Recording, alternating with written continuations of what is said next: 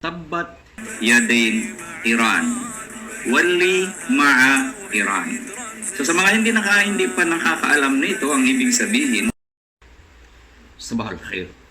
Alam niyo kung ano ang viral na naging issue ngayon sa napapanood natin kay Sheikh Mishari Rashid Al-Afasi. Itong si Mishari Rashid Al-Afasi, siya ay isang Kuwaiti reader ng Quran, napakagaling, napakalamig ng boses, napakagandang pakinggan, at siguro alam ito ng aking mga batch sa Al-Ma'arif Darul Hijrah, na siguro ako ang kauna-unahang mukallid, gumagaya sa kanyang pagbasa dahil sa talagang idol natin at gustong-gusto natin ang kanyang paraan ng pagbasa ng Quran, ng mga unang labas pa ng kanyang recorded na reading. Pero bandang kalaunan medyo masyado masyado na naiba ang tono. Pero okay pa naman din at nagugustuhan ng marami sa buong mundo. So dahil ako ay isang follower niya, at meron akong nakita dito sa inbox na meron siyang message, kaya tingnan muna natin at ito, pakinggan natin kung anong sinasabi niya. أيها الإخوة الأعداء، جمعة طيبة وبعد، فإننا نقول بالعربي الفصيح للعربي الفظيع الذي لا يريد أن يفهم أن العرب لا تدافع عن شيء كدفاعها عن دينها وأرضها. So, nagpapaliwanag siya dahil sa isang kanta na sinulat niya at kinanta niya na hindi daw siya pro-Jewish ng Hudyo, hindi naman daw sila pro kalaban ng Jewish, yun ay Iran sa ngayon, at siya ay maninindigan lang sa kanyang akida, sa kanyang belief. Okay, silang mga GCC.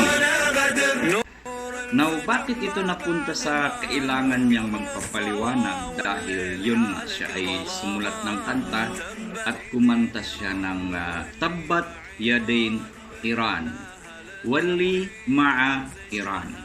So sa mga hindi pa nakakaalam nito, ang ibig sabihin ng Tabbat ay siya ay gumamit ng napakalalim na salita mula sa Quran, salitang pangtakwil ba o pang-curse, na sinabi niya Tabbat yadain Iran, ibig sabihin kapinsalaan o kaya kalugmukan, lugmok ang lakas ng Iran.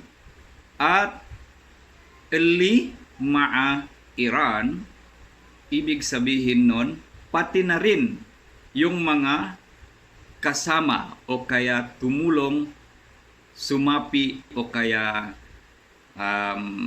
pro-Iran. So karamihan sa mga Arabo ay nagalit, nainis dahil sa bukod sa pagmumura. Okay, kasi naging mura to eh. Bukod sa pagmumura niya sa mga Iran at ang mga sumuporta sa Iran, ay siya ay isang Quran reader at parang naging pumasok siya sa politika, ang meaning ng kanyang kanta. Ayon, kaya ang dami nang nagsusulputan ng mga bashers, ng mga haters. Yan. May mga plug pa yan.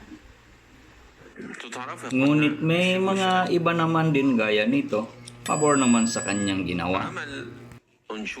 So kung maintindihan natin ang mga critics ng mga bashers ng kung anong mga sinasabi, talagang nakakapanghina. Pero pinapanindigan pa rin niya. Kaya yan nga, nag-send siya ng kanyang depensa sa mga kontra sa kanyang kanta. Ayun po, at Ito ang ibig sabihin ng naging viral at usap-usapan ngayon sa social media ng tungkol kay Sheikh Mashari Rashid Al-Afasi. But hopefully, we wish na sana'y magkaintindihan at magkaroon ng pagkakaisa ang lahat ng umma. Allahumma aslih ahwalana wansurna ala man adana. Allahumma ansur al-Islam wal muslimin. Wa syukran. وراودته التي